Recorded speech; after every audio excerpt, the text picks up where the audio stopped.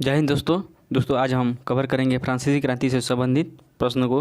History का very important topic है। बहुत से एग्जाम में क्वेश्चन पूछे गए हैं और पूछे जाएंगे। खासतौर पे ये क्रांतिकारी वाला चैप्टर, रूसी क्रांति, फ्रांसीसी क्रांति, चीनी क्रांति, ये औद्योगिक क्रांति, ये महत्वपूर्ण चैप्टर है। आज हम फ्रांसीसी क्रांति का कवर करेंगे फुल डिटेल्स के साथ और स्टोरी के माध्यम से। शुरू करते हैं वीडियो को। देखिए, जो भी क्रांति होती है उसके पीछे बहुत से कारण होते हैं। आर्थिक कारण, तत्कालीन कारण, इन सभी को जानेंगे हम इस वीडियो में। देखिए, जब फ्रांसीसी क्रांति हुआ था उस समय वहाँ का राजा लुई 16वां था। देखिए, उसी समय लुई 16वां शासक थे। वे आयोग शासक थे, प्रजा के ऊपर कोई ध्यान नहीं था। क्रांति के समय फ्रांस 3 वर्ग में बांटा था। क्रांति के समय फ्रांस 3 वर्ग में बांटा था। पहले वर्ग में पादरी वर्ग, दूसरे वर्ग में सामंत वर्ग और कुलीन वर्ग, और तीसरे वर्ग में आते थे जनसाधारण लोग, यानी किसान, मजदूर और मध्यम वर्ग के लोग। कुछ पढ़े लिखे लोग, शिक्षक, वकील, डॉक्टर आते थे तीसरे वर्ग में। देखिए, इनका शोषण किया जाता था पादरी तथा कुलीन वर्ग के द्वारा। देखिए, पादरी, सामंत और कुलीन वर्ग से कोई भी कर नहीं वसूला जाता था, लेकिन तीसरे वर्ग से वसूला जाता था कर। देखिए, किसानों, मजदूरों एवं मध्यम वर्ग से कर वसूला जाता था। इस प्रकार फ्रांस की जनता कर भी दे रही है और उनका शोषण भी हो रहा है, तो वे लोग परेशान हो गए। वे लोग परेशान हो गए थे पादरी वर्ग और कुलीन वर्ग एवं लुई 16वां से। यह भी एक कारण बना फ्रांसीसी क्रांति का। और इसके अलावा आर्थिक कारण, तत्कालीन कारण भी था। ये दोनों को भी कवर करेंगे। थोड़ी वीडियो लंबी हो जाएगी, लेकिन इन दोनों को क्लियर किए बिना फ्रांसीसी क्रांति समझ में अच्छे से नहीं आ पाएगी। देखिए, फ्रांसीसी क्रांति के कुछ आर्थिक कारण भी हुए थे। जितने भी आसपास में युद्ध हुए थे, फ्रांस ने बढ़ चढ़कर हिस्सा लिया था, लेकिन हालात उनके आर्थिक स्थिति कमज़ोर थी, प्रजा कर नहीं दे पा रही थी। उसके बावजूद भी फ्रांस बढ़ चढ़कर युद्ध में भाग ले रहा था। जैसे अमेरिकी के युद्ध, सप्तवर्षीय युद्ध, ऑस्ट्रिया के उत्तराधिकार के युद्ध में बढ़ चढ़कर हिस्सा लिया था। देखिए, फ्रांस को आर्थिक क्षति हुई और सैन्य क्षति भी हुई।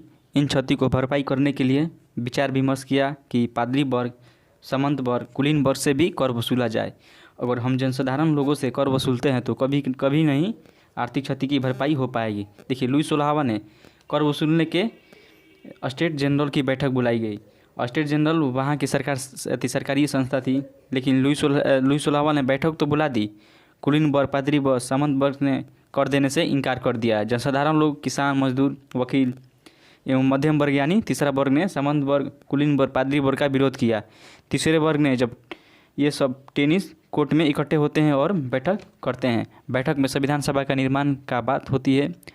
ये जब बात कुलीन वर्ग, पादरी वर्ग तक पहुंचती है तो इनका ये विरोध करते हैं। विरोध के कारण जनता क्रांतिकारी बन चुकी थी। 14 जुलाई 1789 में बास्तिल के किले में जनता हमला बोल देती है और वहाँ पर जितने भी बंधक थे उनको छुड़ा लेती है और वहाँ पर जो भी गोला बारूद था सब लूट लिया जाता है। और तत्कालीन कारण बनता है फ्रांस की क्रांति का। देखिए, फ्रांस क्रांति का निष्कर्ष निकलता है कि लुई 16वां और उसके पत्नी को सरेआम फांसी पर लटका दिया जाता है। स्टोरी के माध्यम से कहानी को तो समझ लिए हैं। चलिए, फ्रांसीसी क्रांति से संबंधित प्रश्न को लगाते हैं। क्वेश्चन नंबर फर्स्ट, फ्रांसीसी क्रांति कब हुई थी? फ्रांसीसी क्रांति कब हुई थी? यह 1789 में हुई थी। चलिए, नेक्स्ट क्वेश्चन देखेंगे। क्वेश्चन नंबर 2, फ्रांसीसी क्रांति के समय फ्रांस का शासक कौन था? फ्रांसीसी क्रांति के समय फ्रांस का शासक कौन था? लुई 16वां। कौन था? लुई 16वां। फ्रांस की क्रांति के समय लुई 16वां शासक था। चलिए, नेक्स्ट क्वेश्चन देखेंगे। क्वेश्चन नंबर 3, लुई 16वां के पत्नी के नाम क्या था? लुई 16वां के पत्नी के नाम क्या था? मेरी अंतोइनेट, मैडम वीटो, मैडम डेफिसिट, ये सभी। मेरी अंतोइनेट लुई 16वां की पत्नी के नाम था, लेकिन उसके अलावा भी मैडम वीटो और मैडम डेफिसिट थे, यानी ये सभी होगा। चलिए, नेक्स्ट क्वेश्चन नंबर 4, मैं ही राज हूँ, मेरे शब्द ही कानून है, ये कथन किसके द्वारा कहा गया है? ये कथन लुई 14वां के द्वारा कहा गया है। मैं ही राज हूँ, मेरे शब्द ही कानून है।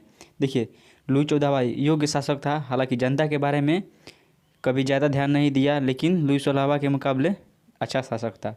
नेक्स्ट क्वेश्चन देखेंगे। फ्रांसीसी क्रांति किन दार्शनिकों के विचारों से प्रभावित थी? फ्रांसीसी क्रांति किन दार्शनिकों के विचार से प्रभावित थी? रूसो के विचारों से भी प्रभावित थी, वोल्टेयर के भी प्रभावित थी, मॉन्टेस्क्यू की विचारधाराओं से भी प्रभावित थी, यानी यह सभी विचारधाराओं से प्रभावित थी। देखिए, फ्रांसीसी क्रांति दार्शनिकों के विचार से प्रभावित थी। इन्होंने पुस्तकें लिखी थी। देखिए सोशल कॉन्ट्रैक्ट की रचना रूसो के द्वारा की गई थी। लेटर्स ऑन इंग्लिश की रचना वोल्टेयर के द्वारा की गई थी। और कानून की आत्मा की रचना मॉन्टेस्क्यू के द्वारा की गई थी। देखिए पुस्तकों ने फ्रांस की जनता को काफ़ी प्रभावित किया था। नेक्स्ट क्वेश्चन नंबर 6 देखते हैं। 100 चूहे की अपेक्षा एक सिंह का शासन उत्तम है, यह कथन किसके हैं? यह कथन किसके हैं? 100 चूहे की अपेक्षा एक सिंह का शासन उत्तम है, यह कथन वोल्टेयर का है। किसका है? वोल्टेयर का। चलिए नेक्स्ट क्वेश्चन देखते हैं। Question number 7। लुई 16वां गद्दी पर कब बैठा था? लुई 16वां गद्दी पर कब बैठा था? यह 1774 में गद्दी पर बैठा था। चलिए नेक्स्ट क्वेश्चन देखते हैं। Question number 8। फ्रांसीसी क्रांति का नारा क्या था? फ्रांसीसी क्रांति का नारा क्या था? इसका नारा समानता, स्वतंत्रता और भाईचारा था। इसका नारा क्या था फ्रांसीसी क्रांति का? समानता, स्वतंत्रता और भाईचारा था। चलिए नेक्स्ट क्वेश्चन देखते हैं। Question number 9। किस दिन क्रांतिकारियों ने बास्तिल कारागृह से बंदियों को मुक्त कराया था? किस दिन कराया था? 14 जुलाई 1789 को कराया था। किस दिन कराया था? 14 जुलाई 1789 को। चलिए नेक्स्ट क्वेश्चन देखते हैं। Question number 10। फ्रांस का राष्ट्रीय दिवस बास्तिल डे कब मनाया जाता है? फ्रांस का राष्ट्रीय दिवस बास्तिल डे कब मनाया जाता है? यह 14 जुलाई को मनाया जाता है। देखिए इसी दिन को फ्रांस में राष्ट्रीय दिवस के रूप में मनाया जाता है जब क्रांतिकारी ने बास्तिल के किले पर हमला किया और बंदियों को आज़ाद कराया और गोला बारूद लूटा था। चलिए नेक्स्ट क्वेश्चन देखते हैं। क्वेश्चन नंबर 11 देखते हैं। टेनिस कोर्ट की शपथ का संबंध किस क्रांति से था? टेनिस कोर्ट की शपथ का संबंध किस क्रांति से था?